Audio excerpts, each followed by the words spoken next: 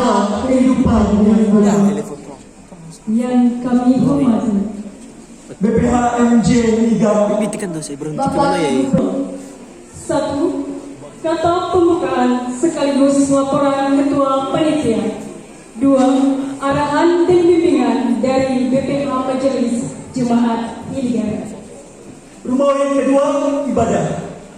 1. Liturgos yang dipimpin oleh Saudari Garni Jamasi dan Dedi Harefa dilanjutkan dengan khotbah yang dipimpin oleh Bapak Pendeta Sarvati Gian Istihan. Rumawi ketiga penutup. Kata sambutan 1. Ketua Pemuda Gereja Amin Jemaat Negara oleh Saudara Petuan Harefa. Kesan pesan 1. Mewakili warga jemaat oleh Bapak Setone Kristo Amanat Harefa. 2. Mewakili undangan oleh Saudara Wartanan Gea. 2. Pengumuman hasil lomba oleh Deboy Anugrah Gea. Dan ketiga, kata penutup oleh Saudara Hendy Harefa.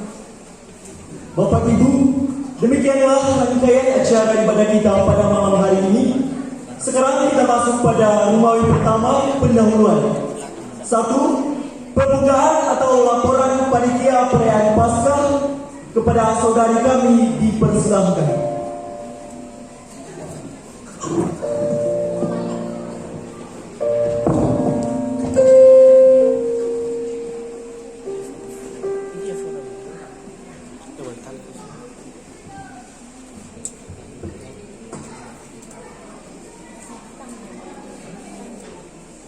Terima kasih kesempatan yang telah diberikan kepada saya untuk menyampaikan laporan panitia Paskah Pemuda Gereja Amin Jemaat Hilgara. Saya sapa kita semua, shalom. Shalom pemuda. Shalom pemuda. Luar biasa.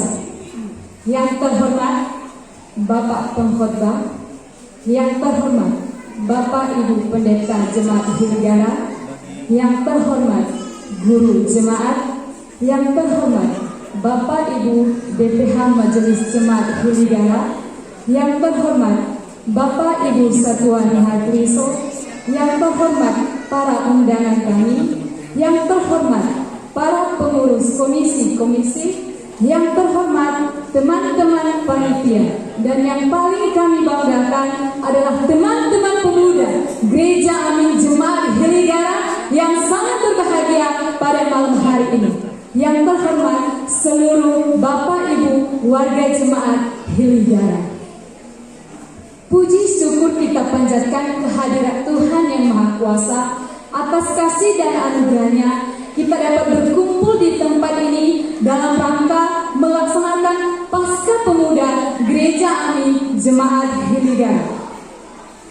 Pertama-tama, kami mengucapkan terima kasih kepada Bapak Ibu BPH Majelis Jemaat yang telah memberikan kepercayaan, kesempatan kepada kami untuk mengkoordinir Paskah Pemuda yang dilaksanakan pada malam hari ini. Sesuai dengan pembentukan panitia pada tanggal 13 Februari 2021 dan penerimaan SK pada tanggal 18 Februari 2021. Adapun beberapa persiapan yang telah kami laksanakan. Yang pertama adalah penggalangan dana. Penggalangan dana kami telah laksanakan melalui yang pertama adalah spontanitas dana tim Paskah. Kedua, subsidi pemuda. Ketiga, subsidi jemaat. Keempat, pelaksanaan lelang selama 2 kali dan pelaksanaan bazar pemuda selama 3 kali.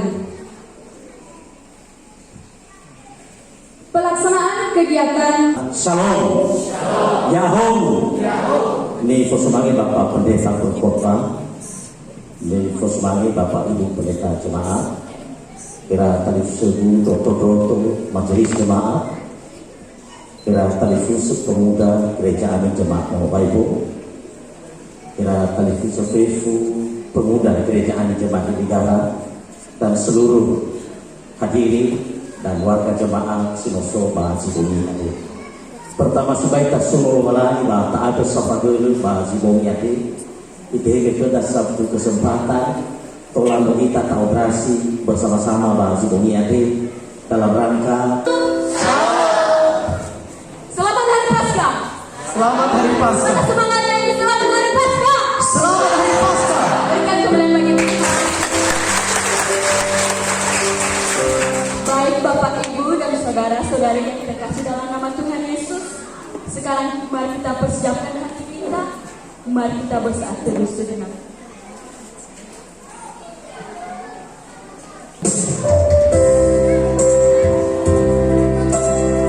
Di suatu malam di mana Allah di dalam Yesus Kristus mencurahkan anugerah besar darahnya tercurah untuk kita supaya kita dibebaskan dari hukuman dosa. Nah, malam hari ini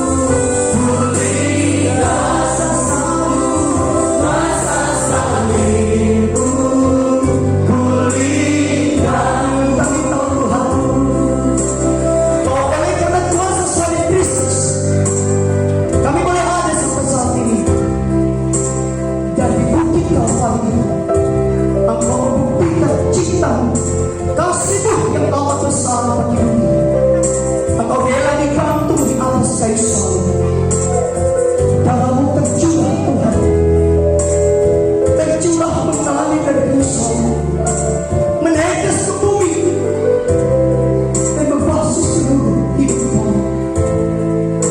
Terima kasih Tuhan Yesus. Sungguh mulia pengorbanan itu. Dan malam hari ini Tuhan, kami menikmati kemenangan yang Kau berikan. Kami menikmati kemenangan yang Tuhan berikan.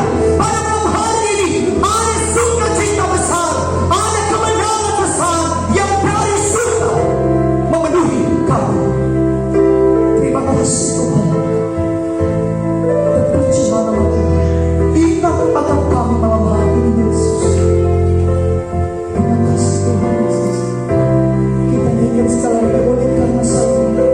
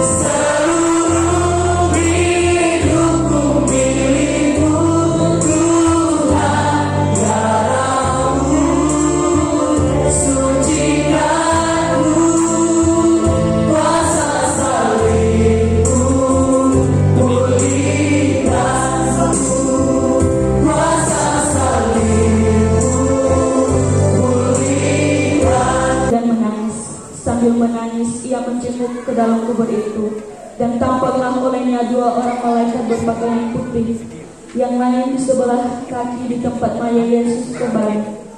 Kata malaikat-malaikat itu kepadanya, "Ibu, mengapa engkau menangis?" Jawab Maria kepada mereka, "Tuhanku telah diambil orang, dan aku tidak tahu di mana ia diletakkan." Sesudah berkata demikian, ia menoleh ke belakang dan melihat Yesus berdiri di situ, tetapi ia tidak tahu bahwa itu adalah Yesus. Kata Yesus kepadanya, "Ibu, mengapa engkau menangis? Siapakah yang engkau cari?" Maria menyangka orang itu adalah penunggu taman, lalu berkata kepadanya, "Tuan, jikalau Tuan yang mengambil dia, katakanlah kepadaku di mana Tuhan meletakkan dia, supaya aku dapat mengambilnya." Kata Yesus kepadanya, "Maria, Maria." Berpaling dan berkata kepadanya dalam bahasa Ibrani, "Rabuni," artinya guru.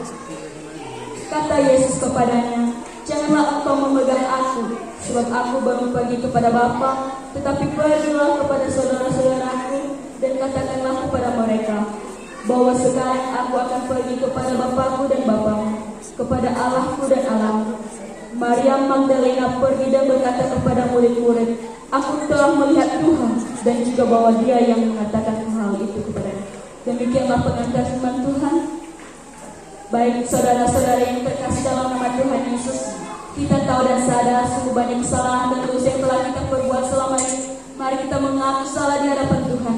Biarlah lewat kemenangannya kita bisa hidup di dalam Dia, di dalam terang. Biar kita tidak dibinasakan oleh dunia. Untuk itu mari kita mengangkat pujian yang berjudul "Pada Kaki Salibmu." Dan saya undang saudara-saudari untuk berdiri.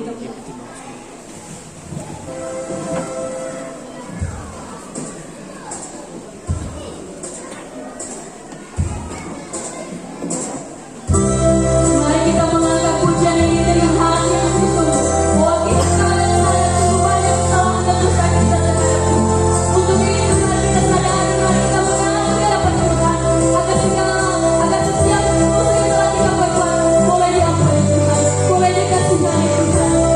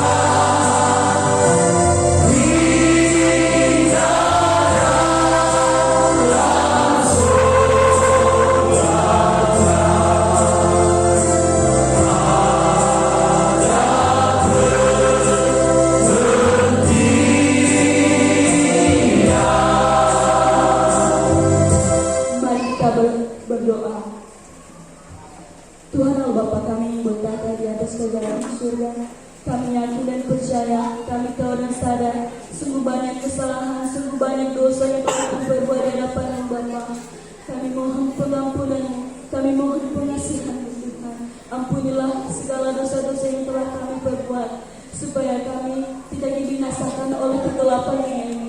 Mari Bapa, biarlah lewat kemenangan-Mu Tuhan, kebangkitan-Mu, kami boleh dibangkitkan dari kuasa dosa, kami boleh dibangkitkan karena dunia ini Tuhan.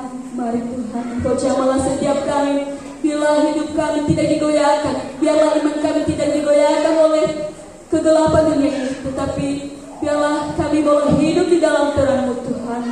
Kiranya hidup kami boleh menyenangkan hati Tuhan. Kiranya hidup kami, Roh Kudus-Mu yang selalu menyertai kami Tuhan. Biarlah kami bisa dapat beroleh hidup yang kekal bersama Engkau di surga.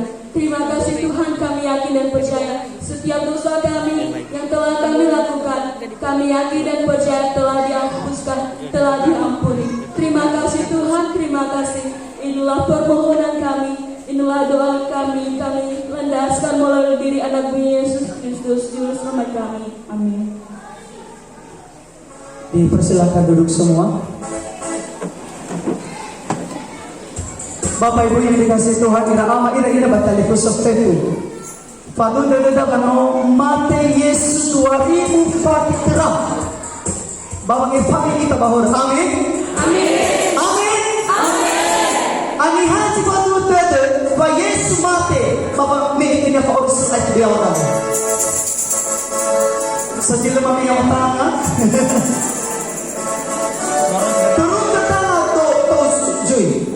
Ufuli usofu. Itu masih original Bapak Ibu ya. Original.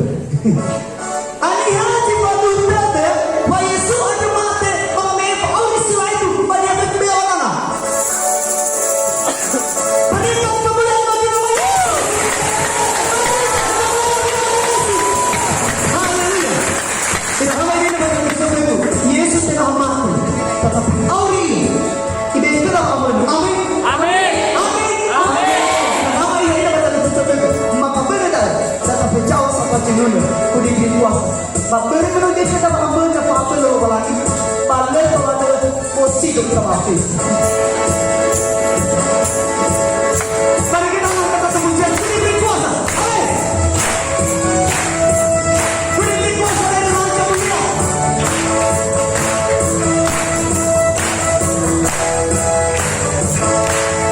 Sama-sama ya.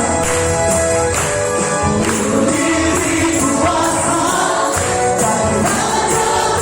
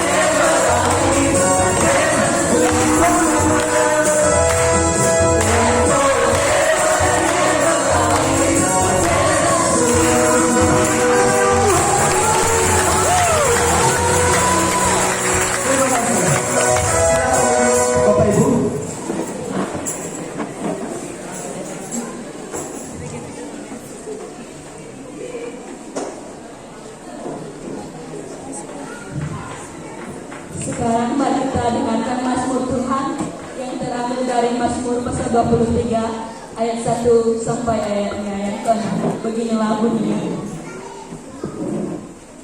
Mazmur Daud. Tuhan adalah gembalaku, takkan kekurangan aku. Ia memberikan aku di padang yang berumput hijau.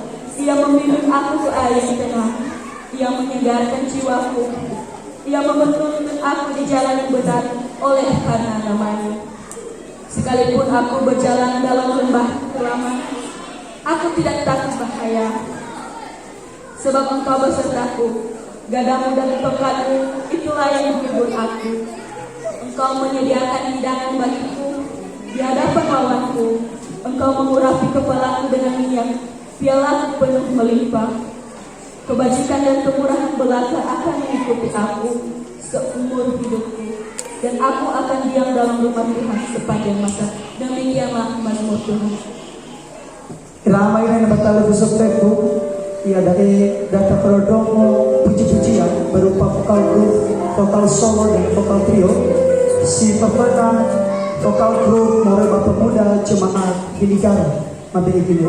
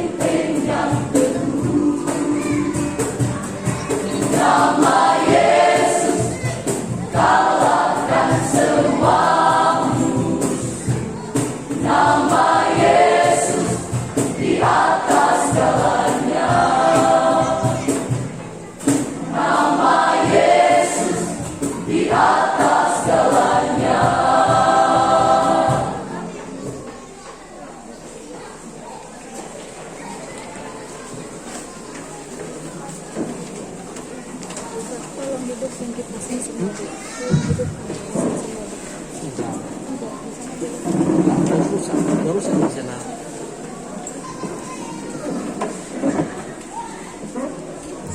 mari kita dengarkan vokal grup dari pemuda gereja Alam Jemaat Anomalia.